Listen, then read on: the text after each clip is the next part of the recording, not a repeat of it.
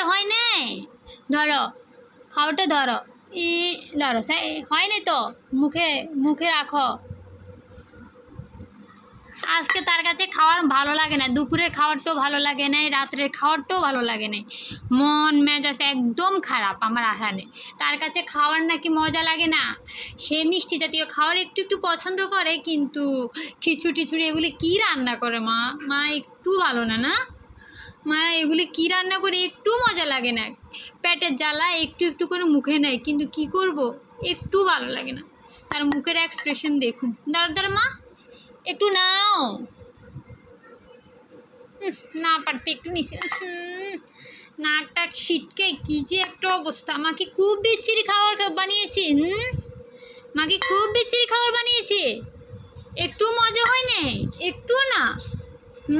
একটুও না মজা হয় নাই? বলে মা খুব দুষ্ট। একটু চিনি, একটু মিষ্টি দিয়ে দিতাম খাবারে, তোমার একটা ছবি তুলতাম। আমার ইয়েন খুব লোকে দেখেছেন, আমার ইয়েন কিন্তু খেলনায় সবগুলো গুছিয়ে ফেলছে, এখন সে বলতেছে তার একটা ছবি তুলতাম। হ্যাঁ, আমার ইয়েন তো খুব লক্ষ্মী, মাশাল্লাহ মাশাল্লাহ। যাও বাবা, রেখে দাও। আর দেখুন, এই ভদ্রলোকটার একদম ভালো লাগে না খেতে।